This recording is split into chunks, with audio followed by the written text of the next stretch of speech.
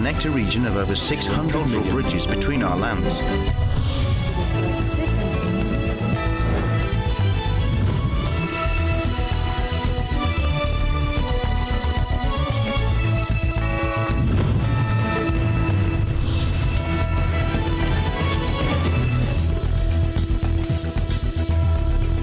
Good evening, I'm Alma Angeles, and you're watching ASEAN in Focus on tonight's headlines. In a major development, authorities have apprehended one of the suspects believed to be involved in the deadly bombing at the Mindanao State University in Marawi City. Major airport expansion projects are underway across Southeast Asia in anticipation of a boom in air travel fueled by Chinese and Indian tourists. Chinese President Xi Jinping will embark on a state visit to neighboring Vietnam next week, focusing on strengthening ties between the two socialist countries. A Chinese flag bulk carrier collided with a Philippine fishing boat on December 5th, leaving 5 fishermen stranded at sea.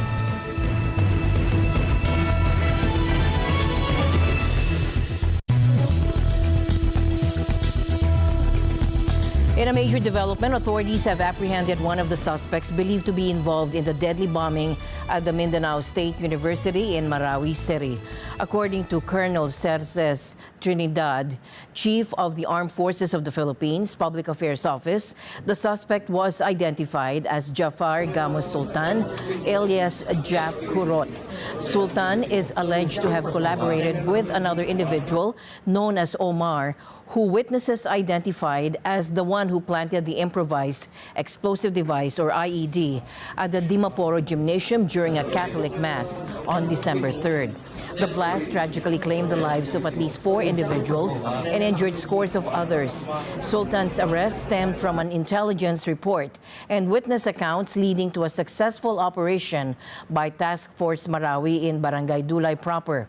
Now, this special contingent, formed by the AFP and Marawi City Police, apprehended Sultan and seized 2 motorcycles believed to be connected to the attack.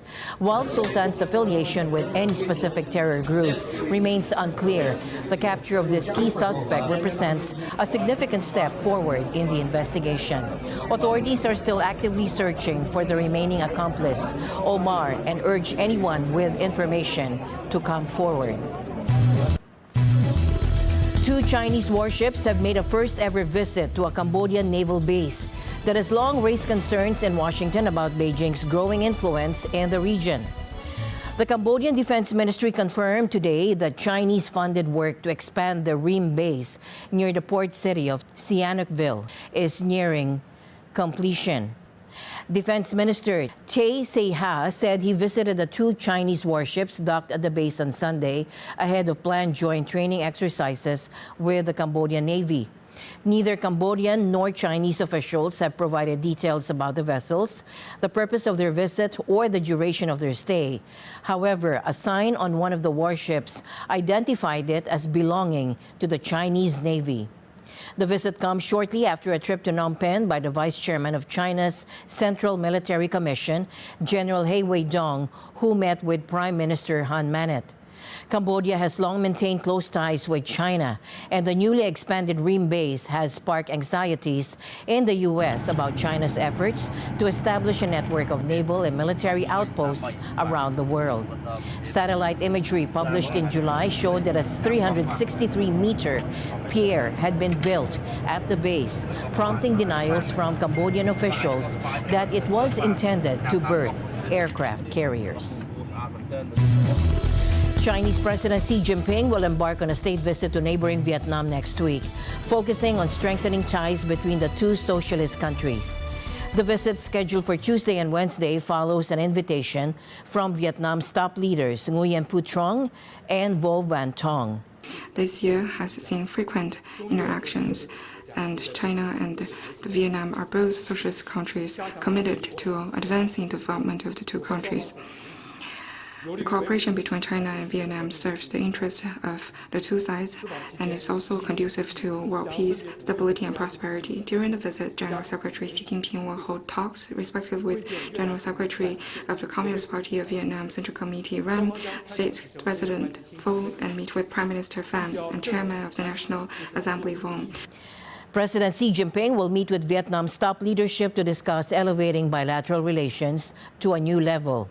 The two sides will discuss upgrading the China-Vietnam relations, focus on 6 major areas, including politics, security, practical cooperation, public support, multilateral affairs, and maritime issues, and work to deepen and substantiate the partnership between the two countries. This will help both countries to jointly follow their modernization paths with respective features, enrich the path to modernization for developing countries, and bring more benefits to the two peoples. China seeks to deepen comprehensive strategic cooperation with Vietnam, emphasizing unity and friendship in a turbulent global environment.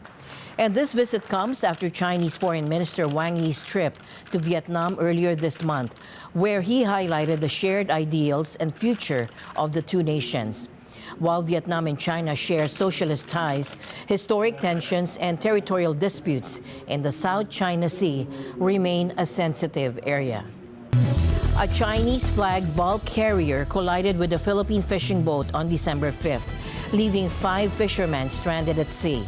The Philippine Coast Guard confirmed that the MV Tai Hang 8 rammed the fishing boat named FBCA Ruel J in the waters between Occidental Mindoro and Palawan. The incident occurred around 4 p.m. while the fishing boat was moored to a fishing aggregation device. After being notified of the incident on December 6th, the Coast Guard rescued the fishermen and towed their boat to Pandan Island. Na isa po na habang nakatali po sila sa payaw ay allegedly ay nasagasaan sila ng isang napakalaking barko at hindi po ito huminto at muntik na po silang magkaroon ng problema. Nasagip naman po yung 5 fishermen at nasa kustodiya na po ng kanilang mga pamilya. The fishermen were reported to be in good physical condition and received medical checkups. Maayos naman po ang kanilang kalagayan nang sila'y tinurn over sa Philippine Coast Guard. Nagpapasalamat po tayo dun sa mga mangingisda rin na tumulong sa kanila at mabuti nga ay may nakakita sa kanila. At yun na naging kadahilanan at nailigtas sila ng mabilis at nailagay sila sa maayos na pangangalaga. Nakipag-coordinate na po tayo sa Bureau of Fisheries and Aquatic Resources para naman po sa tulong na maaring ibigay ng pamahalaan para sa kanilang kapakanan. The Coast Guard advised the captain and owner of the fishing boat to file a marine protest and assured the public that the incident would be reported to the Chinese authorities. Ang directive po ni Admiral Gaban ay sulatan kagad yung Maritime Safety Administration ng China para po may paalam itong insidenteng ito at nang sa ganon ay makapaggawa sila ng kaukulang investigasyon para po dito sa ating mga fishermen na nabangga. At sinulatan din po natin yung next port of call, yung port state control ng Indonesia para ganon din po malaman na mayroong insidente at makagawa sila ng kaukulang aksyon. Naman po, itong dinaanan ng nasabing barko ay isang ruta talaga ng mga barkong bumabiyahe magmula sa taas, pababa po ng Indonesia. At wala po itong kinalaman sa usapin sa West Philippine Sea, kahit na po ito ay flag state ng China. Ito po ay isang ordinary maritime incident at ititreat po natin to as such. UN High Commissioner for Human Rights Volker Turk has condemned the alleged use of sexual violence by Hamas militants during the recent conflict in southern Israel. As more information emerges on serious allegations of sexual violence perpetrated by members of armed Palestinian groups, including Hamas, during their attacks on 7 and 8 October, it is painfully clear that these attacks need to be fully investigated to ensure justice for the victims. I have asked the Israeli authorities in the first week of October, or in the second week of October after the 7-8 October events, to deploy a team, my team, to monitor, document, investigate the issues of the horrific attacks on Israelis. I've repeated this call, and I hope it will be heeded. But so far, I haven't received a response. You need to go into quite some detailed examination of whether it's premeditated, whether it was widespread, systematic. I'm not in a position to confirm this, but obviously we take the allegations extremely seriously. Meanwhile, heavy urban combat raged in and around Gaza's biggest cities today as the bloodiest ever war between Israel and Palestinian group Hamas entered its 3rd month since the militants' attack on October 7. The death toll in Gaza has soared to 17,177. That is according to the Hamas-run health ministry, and vast areas of the besieged territory have been reduced to a rubble-strewn wasteland of bombed-out and bullet-scarred buildings. Israeli forces have encircled major urban centers as they seek to destroy Hamas over its unprecedented attack in October, when militants broke through Gaza's militarized border to kill around 1,200 people and seize hostages, 138 of whom remain captive, according to Israeli figures. This is an urgent call for action. The international community must take action. The Red Cross must have access to the hostages that are in the hands of Hamas. As the IDF expands its operations to dismantle Hamas in Gaza, we have not lost sight, not for one moment, of our critical mission to rescue our hostages, to do everything in our power to bring our hostages home. Backed by air power, tanks, and armored bulldozers, Israeli troops were fighting Thursday in Khan Yunis, the biggest city in southern Gaza, as well as in Gaza City and the nearby Jabalia district of the north. Prime Minister Benjamin Netanyahu said troops had closed in on the Khan Yunis home of Hamas Gaza chief Yahya Sinwar, 61, vowing it's only a matter of time until they find him. Netanyahu's government responded angrily to UN Chief Antonio Guterres after he invoked the rarely used Article 99 of the UN Charter, calling on the Security Council to push for a ceasefire. Given the scale of the loss of human life in Gaza and in Israel in such a short amount of time, the Secretary General has today delivered a letter to the President of the Security Council invoking Article 99 of the Charter of the United Nations. This is the first time that Antonio Guterres has done this since he became Secretary General in 2017. Article 99 states, and I quote, that the Secretary General may bring to the attention of the Security Council any matter in his opinion that may threaten the maintenance of international peace and security.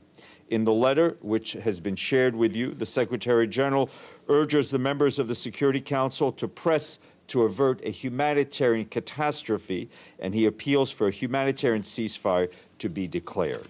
Foreign Minister Eli Cohen said this would help Hamas and that Guterres was a danger to world peace. The UN High Commissioner for Human Rights, Volker Turk, has condemned the ongoing human rights crisis in Myanmar, highlighting the unbearable toll of the military coup and subsequent crackdown on civilians. Now as ever, it is necessary that all parties ensure that the civilian population is adequately protected.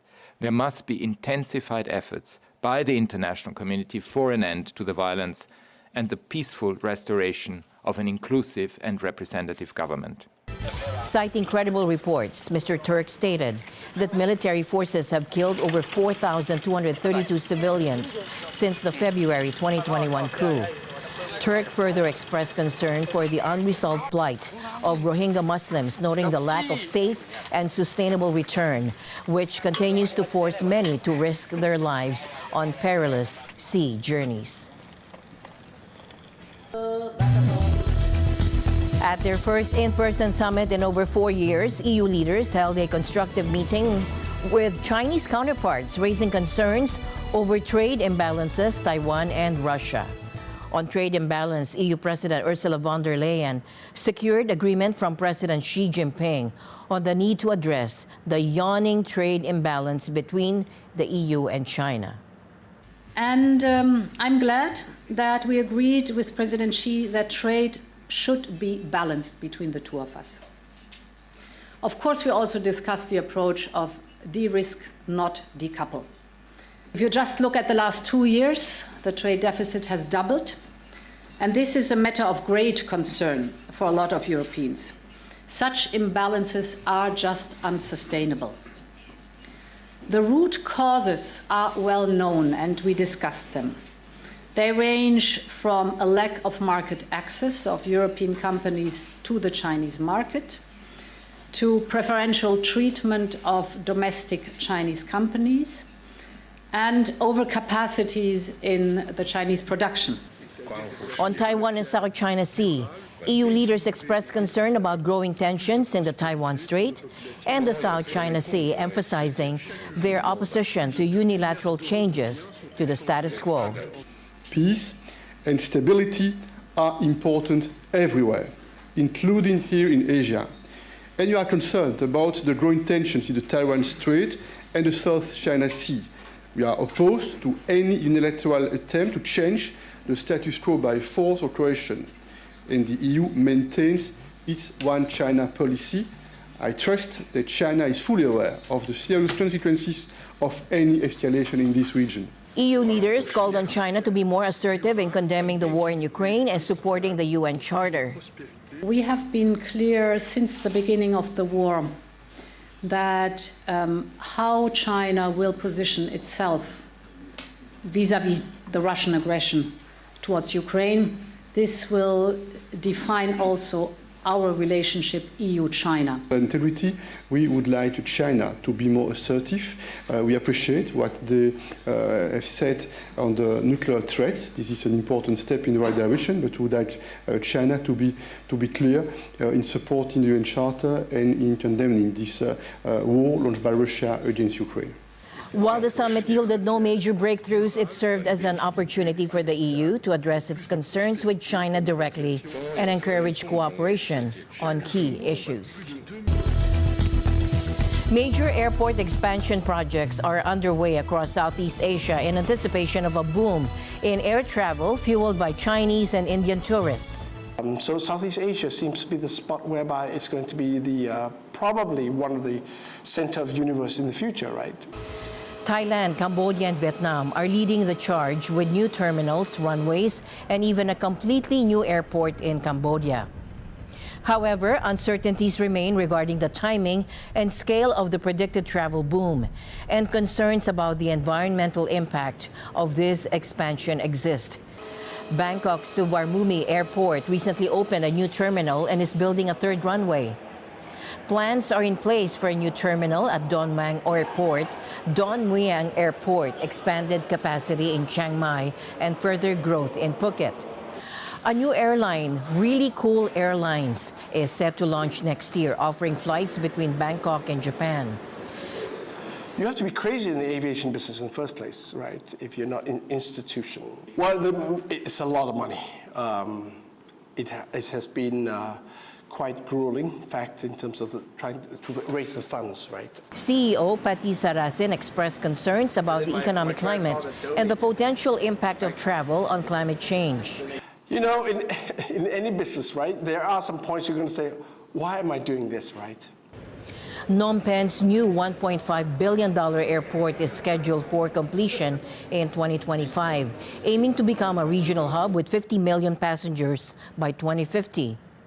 Work is underway on Long Tan Airport, which will be the country's largest with a price tag of $15 billion. As I said, one of the game changers, but we need more in order to be comparable so that it can attract, worldwide tourism to come to visit Siem Reap. Tourist numbers are still recovering from the pandemic and are not expected to reach pre-pandemic levels until late 2024 or early 2025. Analysts are warning of over-reliance on Chinese tourism, which is currently facing challenges due to the economic slowdown. Southeast Asia's aviation sector is poised for significant growth, driven by investments in infrastructure and the potential of booming tourism from China and India. However, economic uncertainties, environmental concerns, and the need for balanced growth remain significant challenges to overcome in the years ahead. As my usual habit, I'd like to end the week on a positive note. Let's encourage and build each other up so that no one is left behind. And that's it for tonight's broadcast. I'm Alma Angeles. Stay in the news because we live in extraordinary times. Good night.